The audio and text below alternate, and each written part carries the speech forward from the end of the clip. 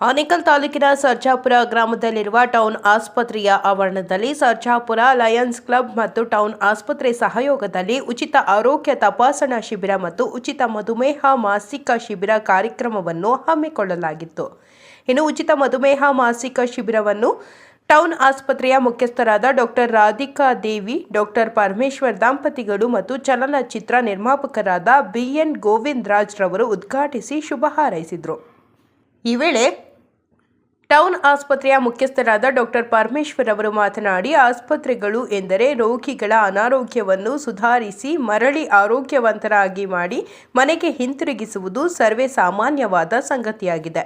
ಆದರೆ ಸರ್ಜಾಪುರ ಟೌನ್ ಆಸ್ಪತ್ರೆಯಲ್ಲಿ ರೋಗಿಗಳ ಅನಾರೋಗ್ಯವನ್ನು ವಾಸಿ ಮಾಡುವುದರ ಜೊತೆಗೆ ಅವರ ಮನಸ್ಸನ್ನು ಮೃದುಗೊಳಿಸಿ ಆತ್ಮಸ್ಥೈರ್ಯವನ್ನು ತುಂಬಿ ಅವರೊಂದಿಗೆ ವಿವಿಧ ಚಟುವಟಿಕೆಗಳನ್ನು ಹಮ್ಮಿಕೊಳ್ಳುವ ಮುಖೇನ ಅವರ ಬಾಳಲ್ಲಿ ನವ ಚೈತನ್ಯವನ್ನು ತುಂಬುವ ಕೆಲಸವನ್ನು ಮಾಡಲಾಗುತ್ತಿದ್ದು, ಈ ನಿಟ್ಟಿನಲ್ಲಿ ಪ್ರತಿ ತಿಂಗಳಿನ 15ನೇ ತಾರೀಕಿನಂದು ಮಾಸಿಕ ಮಧುಮೇಹ ಶಿಬಿರವನ್ನು ಹಮ್ಮಿಕೊಳ್ಳುವ ಜೊತೆಗೆ ಅವರೊಂದಿಗೆ ಭೋಜನವನ್ನು ಸಹ ಸವಿಯುತ್ತೇವೆ ಎಂದು ಹೇಳಿದರು. ಇನ್ನು ಕಾರ್ಯಕ್ರಮದಲ್ಲಿ ವಿಶೇಷವಾಗಿ ನಾದಸ್ವರ, ಮೃದಂಗ, ತಬಲದ ವಾದ್ಯಗೋಷ್ಠಿಯನ್ನು ಸಹ ಹಮ್ಮಿಕೊಳ್ಳಲಾಗಿತ್ತು ಹಾಗೂ ಸಾಧಕರನ್ನು ಅಭಿನಂದಿಸಲಾಯಿತು. ಇನ್ನು ಕಾರ್ಯಕ್ರಮದಲ್ಲಿ ಸಮಾಜ ಸೇವಕರಾದ ವನಜಾಕ್ಷಿ ಶ್ರೀನಿವಾಸ್, ಲಯನ್ಸ್ ಕ್ಲಬ್ನ Mohan Kumar, Ramesh, Pushparaj, K Shetty, doctor Souparnika, town ಆಸ್ಪತ್ರೆಯ ಡಾಕ್ಟರ್ ಗುರುರಾಜ್, ಜೋಸೆಫ್, ಮೂರ್ತಿ, ಅಶ್ವಥಾಚಾರಿ, ರಾಮಾಂಜನೇಯ, ವೆಂಕಟೇಶ್, ಮೋಹನ್, ನಾರಾಯಣಸ್ವಾಮಿ, ಯಾಸಿನ್, ಮುನಿವೆಂಕಟಮ್ಮ, ಇಟ್ಟಂಗೂರು, ನಾಗರತ್ನಮ್ಮ, ಮೋಕ್ಷ, ಲಕ್ಷ್ಮಿ ಹಾಗೂ ಮತ್ತಿತರರು ಹಾಜರಿದ್ದರು.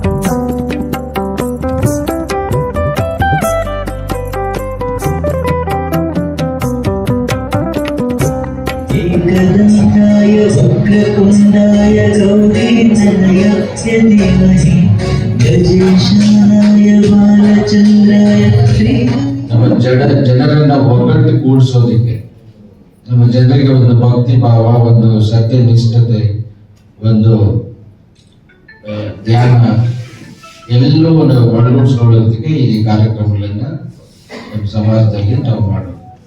ಬೇರೆ ಉದ್ದೇಶ ಏನೂ ಇಲ್ಲ.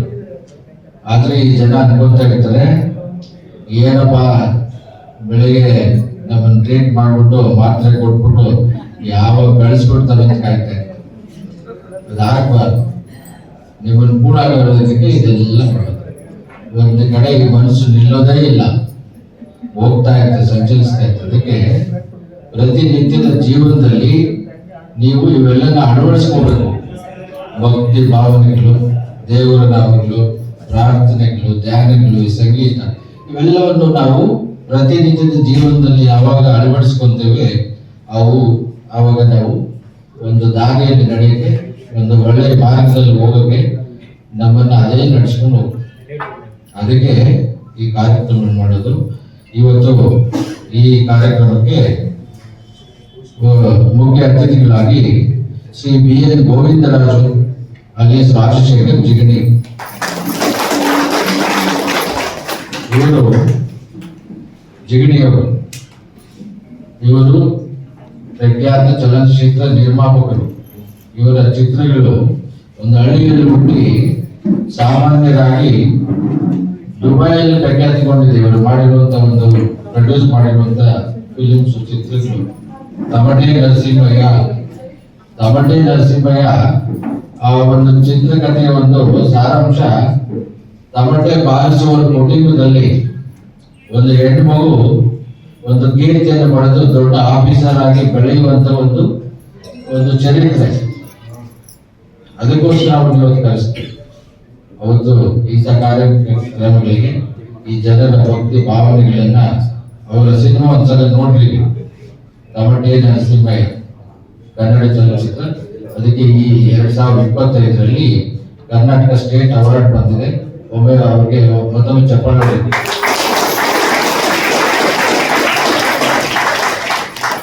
ಹಾಗೆ ಇನ್ನೊಬ್ರು ಲಯನ್ ಮೋಹನ್ ಕುಮಾರ್ ಅವರು,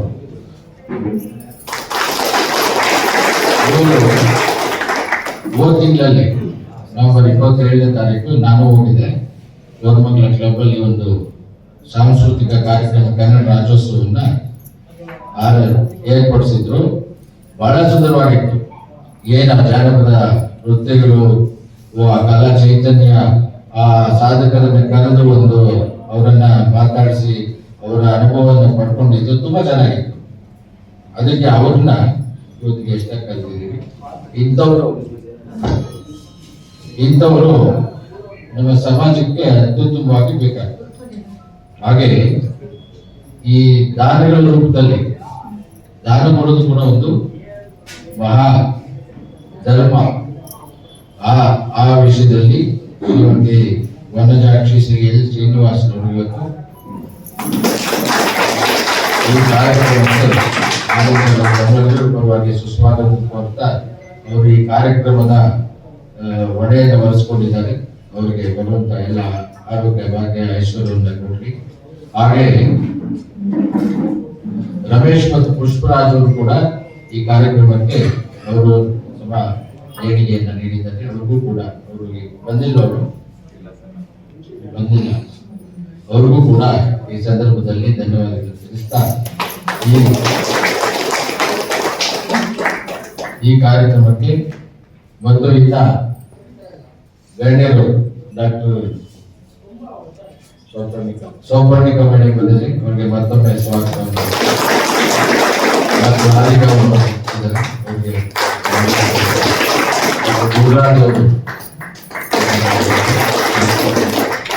ನಮ್ಮ ಅಶ್ವತ್ಥ ಆಚಾರ್ಯ ಅವರು ಇದ್ದಾರೆ. ಈ ತಪ್ಪದೇ ಬರುವಂತವ್ರು ಯಾರು ಮಿಸ್ ಆದ್ರೂ ಇವ್ರು ಮಿಸ್ ಆಗೋದಿಲ್ಲ. ಯಾವಾಗ್ಲೂ ನಮ್ಮ ಅಂಕಲ್ ವೆಂಕಟೇಶಯ್ಯನವರು ಮತ್ತು ರಾಮಾಂಜನೇಯವರು ಇಬ್ಬರಿಗೂ ಕೂಡ ಸ್ವಾಗತ. ಹಾಗೆ ಈ ಕಾರ್ಯಕ್ರಮದಲ್ಲಿ ತಮ್ಮೆಲ್ಲರನ್ನ ರಂಜಿಸಿ ಒಂದು ಚೆನ್ನಪ್ಪ ಚೆನ್ನಗೌಡನ ಹಾಡನ್ನ ಹಾಡಿ ನಮ್ಮ ಮುನೇಟಮ್ನವರು ಬಹಳ ಚೆನ್ನಾಗಿ ಆಡಿದ್ರು. ಅವ್ರಿಗೆ ತಮ್ಮೆಲ್ಲರೂ ಹಾಗೂ ನಮ್ಮ ಅತ್ತೆ ರತ್ನಮ್ಮನವರು, ಅವರ ತಂಗಿ ಮೋಕ್ಷಲಕ್ಷ್ಮಮ್ಮನವರು ಬಹಳ ಚೆನ್ನಾಗಿ ಆಡಿದ್ರು. ಅವ್ರಿಗೂ ಕೂಡ ಸುಸ್ವಾಗತ. ಈ ಒಂದು ಕಾರ್ಯಕ್ರಮ ಬಹಳ ಅಚ್ಚುಕಟ್ಟಾಗಿ ಮೂಡಿ ಬರೋದಕ್ಕೆ ಕಾರಣ ನಮ್ಮ ಕರ್ನಾಟಕ ಡೋಲು ರತ್ನ ನೆಡಿಗ ಮಂಜುನಾಥರವರು, ಅವರ ತಂಡ ಬಹಳ ಚೆನ್ನಾಗಿ ಇವತ್ತಿನ ತಮ್ಮೆಲ್ಲರನ್ನ ರಂಜಿಸಿ ಒಂದು ಭಕ್ತಿ ಭಾವನೆಯನ್ನ ತಮ್ಮ ಮನಸ್ಸಲ್ಲಿ ಮೂಡಿಸಿದ್ದಾರೆ. ಅವರಿಗೆ ತಮ್ಮೆಲ್ಲರ ಪರವಾಗಿ ಅವರ ತಂಡಕ್ಕೆ ಸುಸ್ವಾಗತ. ಹಾಗೂ ನಮ್ಮ ಆಸ್ಪತ್ರೆಯ ಸಿಬ್ಬಂದಿ, ನೀವೆಲ್ಲ ಬಂಧುಗಳು, ಸಹೋದರ ಸಹೋದರಿಯರು, ಈ ನಮ್ಮ ಪಾನಬಸಿ ಬಂಧು ಮಿತ್ರರು, ಹಾಗೂ ನಿಮ್ಮನ್ನ ಸೇವೆ ಮಾಡಲಿಕ್ಕೆ ಅವರೆಲ್ಲರೂ ಬೇಕೇ ಬೇಕು. ಅವರು ಬಂದು ಉಚಿತವಾಗಿ ನಿಮ್ಗೆ ಬ್ಲಡ್ ಟೆಸ್ಟ್ ಮಾಡಿ ಉಚಿತವಾಗಿ ಮಾತ್ರೆ ಕೊಟ್ಟು ನಿಮ್ಗೆ ಸಹಕರಿಸ್ತಾರೆ.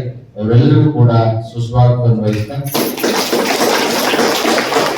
ಈ ಕಾರ್ಯಕ್ರಮ ಸುಸೂತ್ರವಾಗಿ ಆಗ್ಬೇಕು ಅಂದ್ರೆ ನಮ್ಮ ಆಸ್ಪತ್ರೆ ಸಿಬ್ಬಂದಿಯವರು, ಅದರಲ್ಲಿ ಯಾಸಿನ, ನಮ್ಮ ವೆಂಕಟೇಶ ಮತ್ತು ಅವರ ತಂಡದವರು ಬಹಳ ಚೆನ್ನಾಗಿ ಯಾವಾಗಲೂ ಅಚ್ಚುಕಟ್ಟಾಗಿ ಅರೇಂಜ್ ಮಾಡಿ ಎಲ್ಲವನ್ನು ಕೂಡ ಸುಸೂತ್ರವಾಗಿ ನಡೆಯುವಂತೆ ಅವರೇ ಕಾರಣ.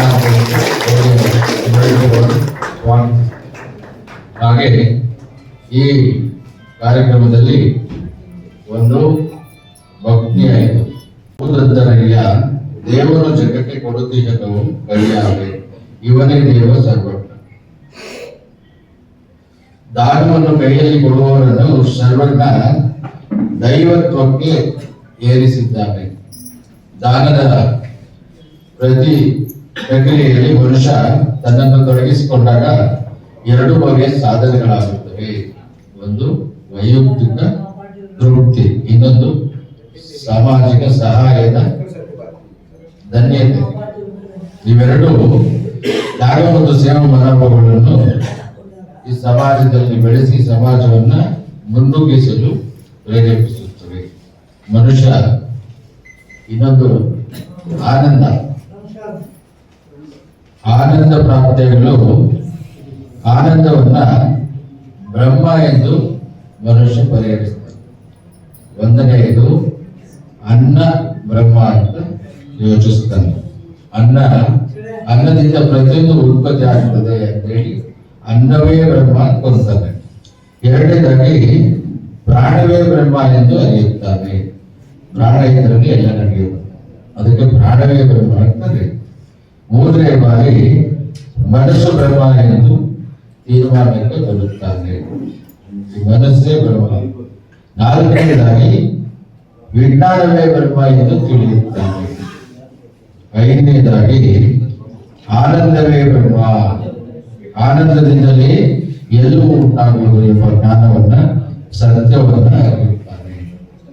ಆನಂದ ಎಂಬುದು ಸೃಷ್ಟಿಯ ಮೂಲ, ಎಲ್ಲವೂ ಕೂಡ ಆನಂದ. ಹಾಗೆ ನಮ್ಮಲ್ಲಿ ಈಗ ಆನಂದ ಏನಕ್ಕೆ ಇವೆಲ್ಲ ಕಾರ್ಯಕ್ರಮ ಮಾಡ್ತೀವಿ ಅಂದ್ರೆ ನೀವನ್ನು ಕೂಡ ಹಾಕ್ಬೇಕು, ನಿಮ್ಮಲ್ಲಿ ಶ್ರದ್ಧೆ ವಹಿಸ್ಬೇಕು, ನಿಮ್ಮಲ್ಲಿ ಭಕ್ತಿ ಬೆಳೆಸ್ಬೇಕು.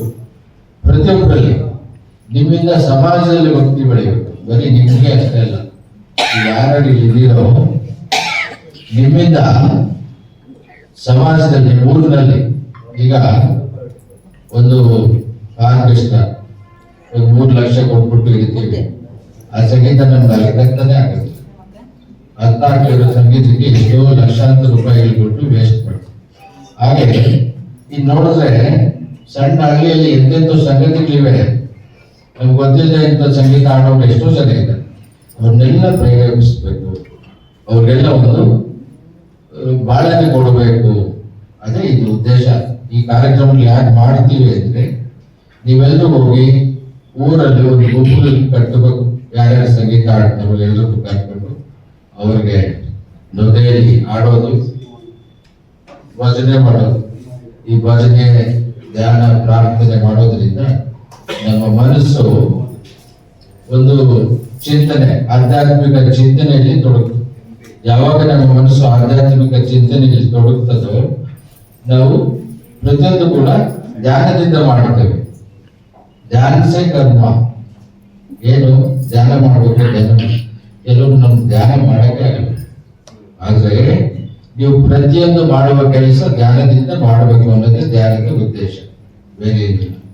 ನಾವು ಪ್ರತಿ ಕೆಲಸವನ್ನ ಯಾವ ರೀತಿ ಮಾಡಬೇಕು, ಭಕ್ತಿ ಇರಬೇಕು, ಅದರಲ್ಲಿ ಸತ್ಯ ಇರಬೇಕು, ಅದರಲ್ಲಿ ನಿಷ್ಠೆ ಇರಬೇಕು, ಶ್ರದ್ಧೆ, ಇವೆಲ್ಲ ಪ್ರತಿ ಕೆಲಸದಲ್ಲಿ ಯಾವಾಗ ಬರ್ತದೋ ಅದೇ ಇವುಗಳನ್ನ ಮೈಗೂಡಿಸ್ಕೋಬೇಕಂದ್ರೆ ಇಂಥ ಒಂದು ಸಂಗೀತ ಕಾರ್ಯಕ್ರಮ, ಒಂದು ಭಕ್ತಿ ಭಾವನೆಗಳು ನಿಮ್ಮಲ್ಲಿ ಮೂಡಬೇಕು. ಅದನ್ನ ನೀವು ಸಮಾಜದಲ್ಲಿ ಮೂಡಿಸ್ಬೇಕಾಗಿದ್ರೆ ನಿಮ್ಮಲ್ಲಿ ಎಷ್ಟೋ ಶಕ್ತಿ ಇದೆ, ಆ ಶಕ್ತಿ ಹೊರಬರೋದಿಲ್ಲ. ಯಾವಾಗ ಅಂತರಾಳದಲ್ಲಿರುವಂತ ಶಕ್ತಿ ಆತ್ಮ ಅವನು ಹೊರಗೆ ಬರುತ್ತಾನೋ ಅವನು ವ್ಯಕ್ತಿಗಳಾಗ್ತಾನೆ. ಹೊರ ಬರುವುದೇ ವ್ಯಕ್ತಿತ್ವ. ಹೊರ ಬರಿಸೋದು ಹೇಗೆ ಅದನ್ನ ನೀವು ಈ ಇಂತಹ ಕಾರ್ಯಕ್ರಮಗಳು ನಿಮ್ಮ ಮನೆಯಲ್ಲಿ ಪ್ರತಿದಿನ ಭಕ್ತಿ ಭಜನೆ ಪ್ರತಿಯೊಂದು ಒಂದು ರೂಢಿಸ್ಕೋಬೇಕು. ಅವಾಗ ಪ್ರತಿಯೊಬ್ಬರಲ್ಲಿ ಆಚೆ ಬರಲು ಶುರುವಾಗುತ್ತೆ. ಹಾಗಂತೇಳಿ ಈ ಕಾರ್ಯಕ್ರಮದಲ್ಲಿ ತಾವೆಲ್ಲರೂ ಬಂದು ಈ ತುಂಬಾ ಖುಷಿಯಾಗಿ ಕೂತ್ಕೊಂಡು ಕೇಳಿಸ್ಕೊಂಡು ಏನೇನೋ ಒಂದು ಉಪಯೋಗವನ್ನ ಪಡ್ಕೊಂಡಿದ್ದೀವಿ ಅಂತ ಭಾವಿಸ್ತೀನಿ. ನೀವೆಲ್ಲರೂ ಕೂಡ ಮುಂದಿನ ದಿನಗಳಲ್ಲಿ ಒಂದು ಗುಂಪುಗಳು ಕಟ್ಟಿ ನೀವೇ ಒಂದೊಂದು ಕಚೇರಿ ಮಾಡ್ರಿ ಊರುಗಳಲ್ಲಿ. ನಾವು ಬರ್ತೀವಿ ಕೇಳಿಸ್ಕೊಳ್ಳಿಕ್ಕೆ. ನೀವು ಬಂದ್ರೆ ನಾವು ಮಲ್ಲಿಕಾರ್ಜುನ ಕರೆದು ಬರ್ತೀವಿ, ರಾಸಗಳಿಗೆ ಚೌಡದಲ್ಲಿ ಎಲ್ಲಿ ಬರ್ತೀವಿ. ಭಜನೆಗೆ ಇರ್ರಿ, ಭಜನೆ ಮಾಡ್ರಿ, ಅದೇ ಬೇಕಾಗಿರೋದು. ಯಾವಾಗ ನೀವು ಭಜನೆ ಮಾಡ್ತೀರೋ ನಿಮ್ಮ ಹೃದಯದಲ್ಲಿ ಒಂದು ತರಂಗಗಳು ಉತ್ಪತ್ತಿ ಆಗ್ತವೆ. ಭಜನೆ ಮಾಡೋದು ನೋಡಿ, ಇವಾಗ ಹೇಳ್ಕೊಡಿ. ಮಂಜುನಾಥ್ ಹೇಳಿದ ನಾನು ಭಜನೆ ಹೇಳ್ಕೊಡ್ರಿ. ಇಲ್ಲಿ ಭಜನೆಗೆ ಬರಲ್ಲ ಯಾರು. ಭಜನೆ ಹೇಳೋದ್ರಿಂದನೇ ನಮ್ಗೆ ಒಂದು ಉತ್ಕರ್ಷ ಉತ್ಪತ್ತಿ ಆಗ್ತದೆ. ಹಾಗೆ ಈಗ ಎಲ್ರಿಗೂ ಒಂದು 3 ಬಾರಿ ಓಂಕಾರ ಹೇಳ್ತಾ ಹೇಳಿದ್ರೆ ಎಲ್ಲರೂ ಸೇರಿಸಿ ಹೇಳಿ ಓಂಕಾರವನ್ನ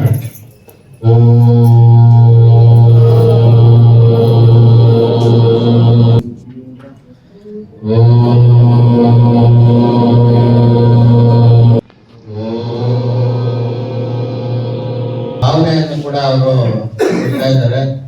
ಅದು ಬಹಳ ಮುಖ್ಯ. ನಾವು ಇತ್ತೀಚೆಗೆ ಮರ್ತೋಗಿದ್ದೀವಿ. ಪ್ರತಿ ಹಳ್ಳಿಗಳಲ್ಲಿ ದೊಡ್ಡವ್ರಿಗೆ ಗೊತ್ತಿರುತ್ತೆ. ನಮ್ಗೆಲ್ಲ ಭಜನೆ ಮನೆ ಅಂತ ಇರ್ತಾ ಇತ್ತು. ಅಲ್ಲಿ ವಾರ ಎಲ್ಲರೂ ಸೇರಿ ಭಜನೆ ಮಾಡೋರು, ಊರವರು ಎಲ್ಲ ಸೇರ್ಕೊಳ್ಳೋರು.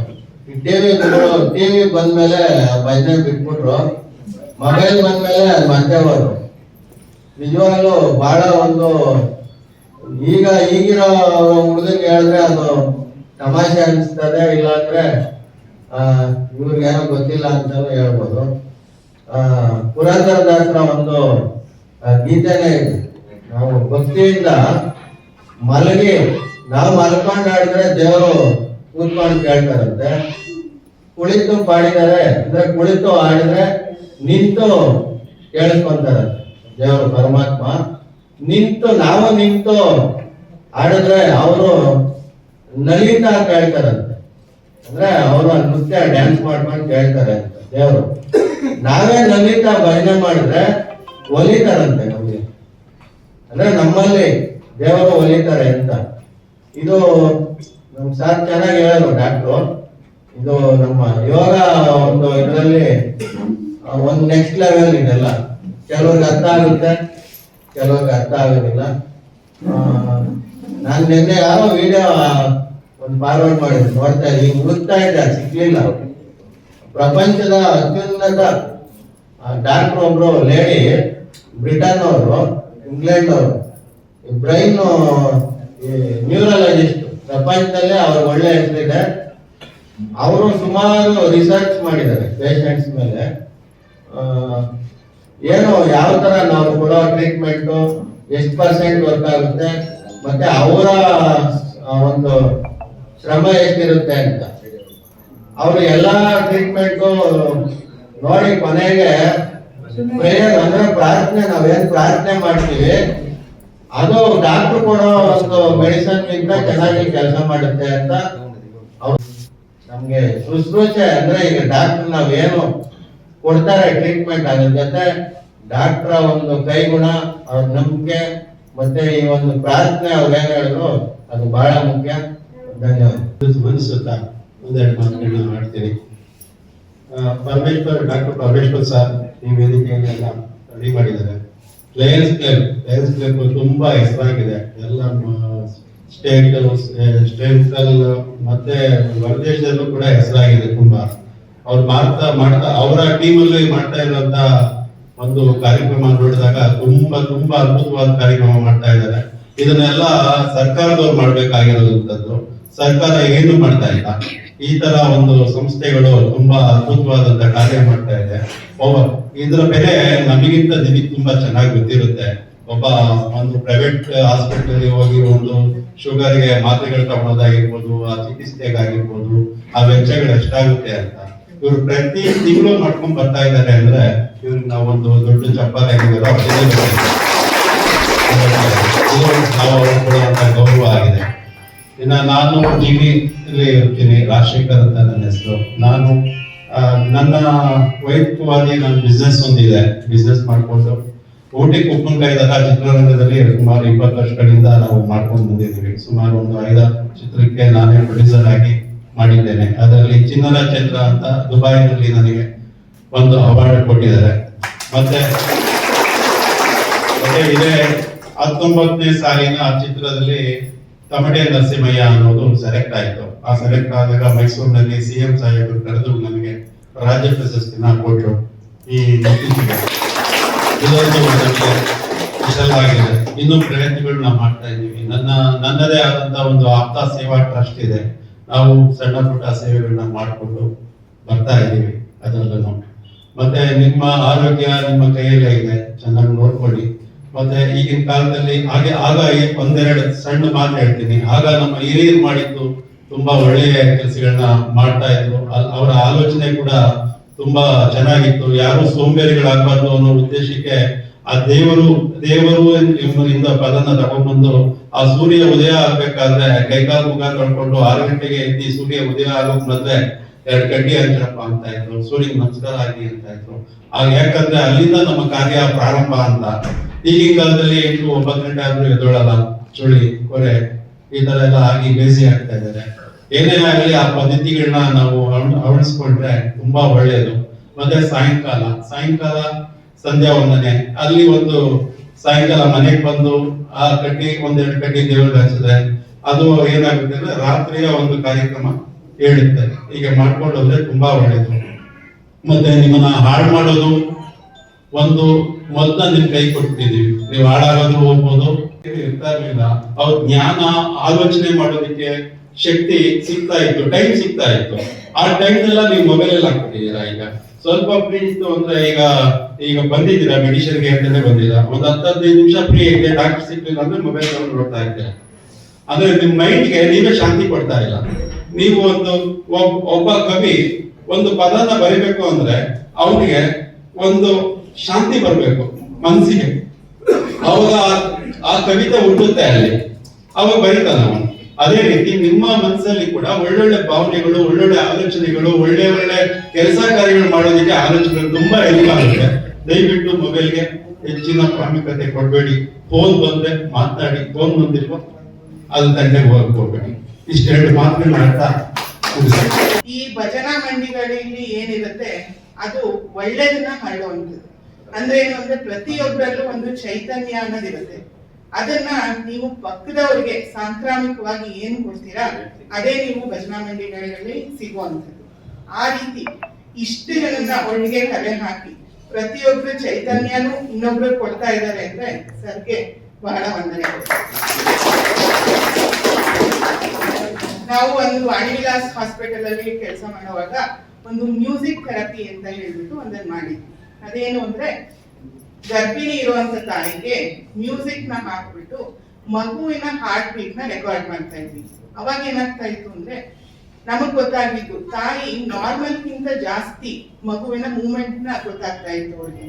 ಅಂದ್ರೆ ಒಂದು ಮ್ಯೂಸಿಕ್ ಅಥವಾ ಹಾಡು ಅಂತಂದ್ರೆ ಹೊಟ್ಟೆ ಒಳಗಿರುವಂತ ಮಗು ಕೂಡ ಕುಣಿಯುತ್ತೆ. ಆ ರೀತಿ ಇರುವಾಗ ನಾವು ಅದರ ಒಂದು ಪ್ರಯೋಜನವನ್ನ ಪಡ್ಕೊಂಡು ನಮ್ಮ ಮನಸ್ಸಿನ ನೆಮ್ಮದಿಯನ್ನು ಹೆಚ್ಚಿಸ್ಕೊಂಡ್ರೆ ಯಾವುದೇ ಮಾತ್ರೆಗಳಿಗಿಂತ ಅದು ಜಾಸ್ತಿ ವರ್ಕ್ ಆಗುತ್ತೆ. ಈ ರೀತಿ ಹೇಳ್ತಾ ನನ್ನ ಮಾತುಗಳನ್ನ ಮುಗಿಸ್ತೀನಿ. ಇಲ್ಲಿ ನಾವು ತಿಂಗಳಿಗೆ 2 ಸತಿ ಪಂಚತನ ನಿವಾರಣಾ ಒಂದು ಶಿಬಿರವನ್ನ ಹಮ್ಮಿಕೊಂಡಿದೀವಿ. ಯಾರಾದ್ರೂ ನಿಮ್ಗೆ ತಿಳಿದಿರೋರಿದ್ರೆ ಇಲ್ಲ ನಿಮ್ ಸುತ್ತಮುತ್ತ ಇರೋರಿದ್ರೆ without meditation all medicine is incomplete. ನೀವು ಧ್ಯಾನ ಕರ್ಮ, ಪ್ರತಿಯೊಬ್ರು ಏನೇನು ಕೆಲಸ ಮಾಡ್ತೀರೋ ಧ್ಯಾನದಿಂದ ಮಾಡ್ರಿ. ಭಗವಂತನನ್ನು ಧ್ಯಾನದಿಂದ ಭಕ್ತಿಸಿ ಪ್ರಾರ್ಥಿಸಿ ಅದರಿಂದ ಔಷಧಿ ಇಲ್ಲದೆ ಬದುಕಬಹುದು ಅಂತ ಅವ್ರು ಹೇಳಿದ್ರು. ಅವರಿಗೆ ತಮ್ಮೆಲ್ಲರ ಪರವಾಗಿ ಧನ್ಯವಾದಗಳು ತಿಳಿಸ್ತಾರೆ. ಹೆಲ್ಪ್ ಆಗ್ತಾ ಇದೆ, ಇನ್ನೂ ಚೆನ್ನಾಗಿ ಅಭಿವೃದ್ಧಿ ಒಂದು ಅಂತ ನಾನು ದೇವರ ಕೈ ಮಾಡ್ತಾ ಇದ್ದೀನಿ.